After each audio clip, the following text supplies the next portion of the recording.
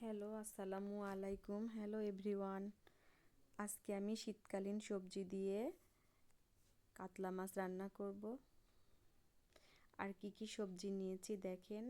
এখানে আমি ফুলকপি কেটে নিয়েছি, আর নতুন সিম, আর আলু, আর এখানে কাতলা মাছ।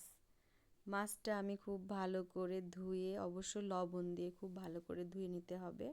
খুব ভালো করে ধুয়ে এখানে আমি আগে আর সবজিগুলোও খুব ভালো করে ধুয়ে নিতে হবে। এখানে আমি লবণ,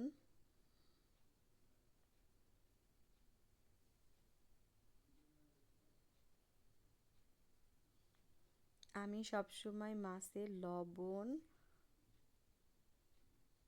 হলুদের গুঁড়ো,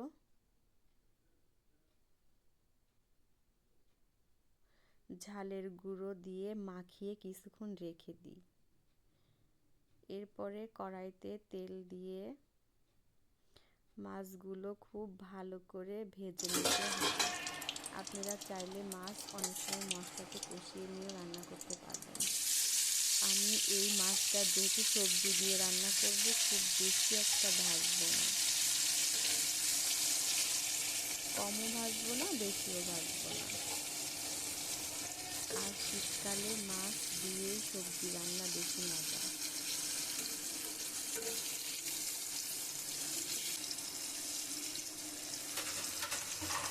মাছ ভাজা হয়ে গেলে আমি অন্য আরেকটি কড়াতে তেল দিয়ে দেব, আর তেল গরম হয়ে গেলে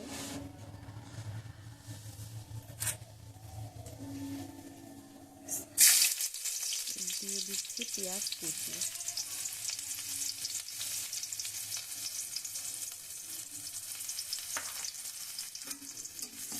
আজকে আমি একটু শর্টেই রান্না করব, কারণ অনেকগুলো রান্না করতে হবে আমাকে। সেই জন্য আমি এই পেঁয়াজ বাদামি হওয়ার সঙ্গে সঙ্গে ফুলকপিগুলো পেঁয়াজের সঙ্গে একটু ভেজে নেব। এদিকে আমার মাছ ভাজা হয়ে গেছে, আর পেঁয়াজ যেই বাদামি হয়ে আসবে তখনই আমি আগে ফুলকপিগুলোকে পেঁয়াজের সঙ্গে একটু লবণ দিয়ে ভেজে নেব।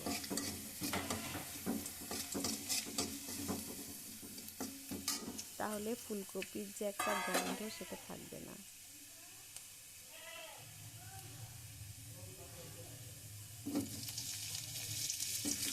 আমি এখন ফুলকপিগুলো দিয়ে দিচ্ছি।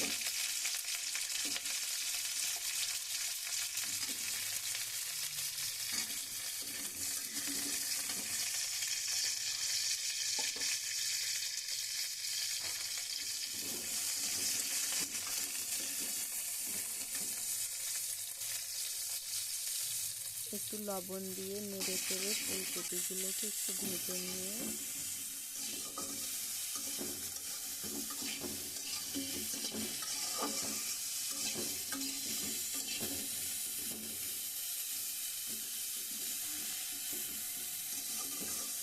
আমার পেঁয়াজ বাদামিও হয়ে গেছে, আর ফুলকপিটা ভালো করে ভাজা হয়ে গেছে। তো খুব বেশি ভাজা তো আর যাবে না। এরপর আমি আবার একটু তেল দিয়ে দিচ্ছি।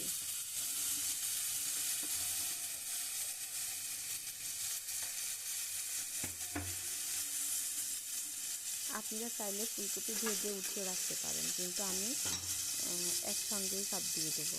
সেই জন্য ফুলকপিটাই একটু মাঝখানে তেল দিয়ে আবার দিয়ে একটু জিরা বাটা।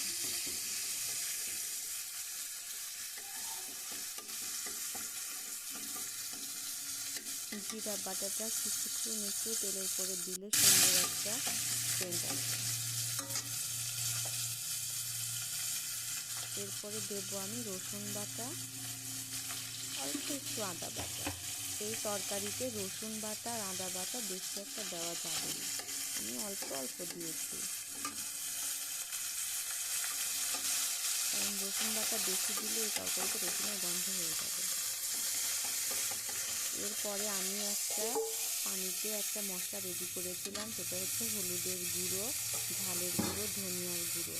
একসঙ্গে এইটা পানিতে দিয়ে আমি একটু ভিজে রেখেছিলাম, তাহলে গুঁড়ো মশলাটা একটু বাটা মশলার মতো স্বাদ আসে।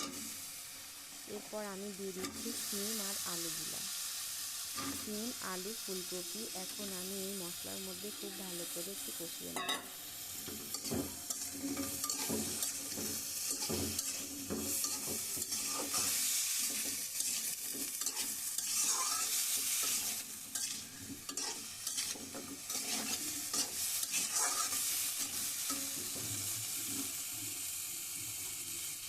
এই তরকারিতে শিম বেশি দেওয়া যাবে না, আমি দিয়ে দিচ্ছি কয়েকটা কাঁচামরিচ, সেই জন্য আমি অল্প করেই শিম দিয়েছি। তরকারি খুব ভালো করে কষানো হয়ে গেছে। আমি অবশ্য একটু পানি দিয়ে কষিয়ে নেব যাতে ভালো করে সিদ্ধটা হয়।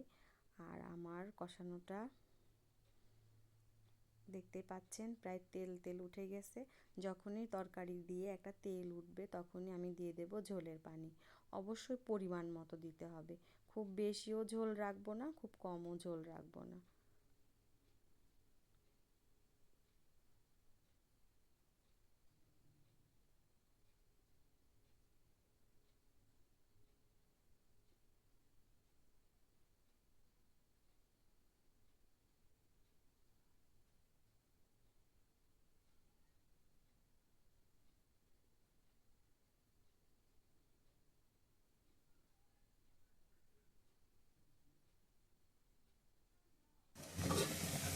আমার তরকারি ফুটে গেছে, আমি এরপরে দিয়ে দেব ভেজে রাখা মাছ।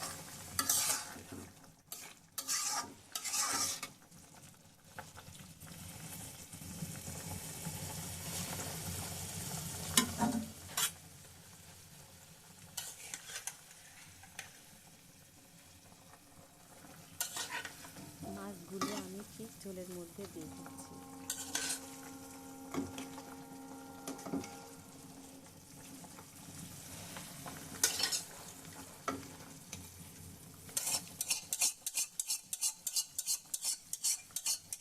এরপরে আমি মাছ ভাজার যে তেলটা কড়াইতে ছিল সেই তেলগুলো আমি সবসময় চেষ্টা করি তরকারিতে দেওয়ার, কারণ মাছ ভাজার তেল তরকারিতে দিলে তরকারির টেস্ট আরও দ্বিগুণ বেড়ে যায়।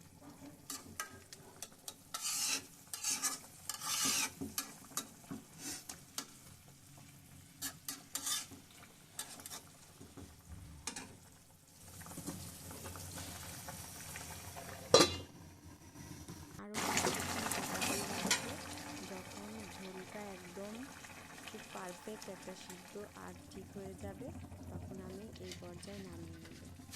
আর উপরে আমি একটু হালকা লবণ দিয়ে দিচ্ছি, তরকারিতে লবণ মনে হচ্ছিল একটু কম কম লাগছে। এই তো রেডি আমার শীতকালীন সবজি দিয়ে কাতলা মাছ রান্না। সবাইকে অসংখ্য ধন্যবাদ।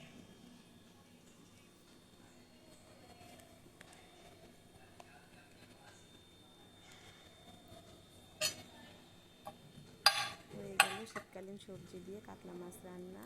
আর দেখেন ফুলকপিটা খুব সুন্দর হয়েছে, বেশি গলেও যায়নি আবার একেবারে কম সিদ্ধ হয়নি, চিটচিট হয়েছে। সিমগুলো সব সবুজ সবুজ আছে।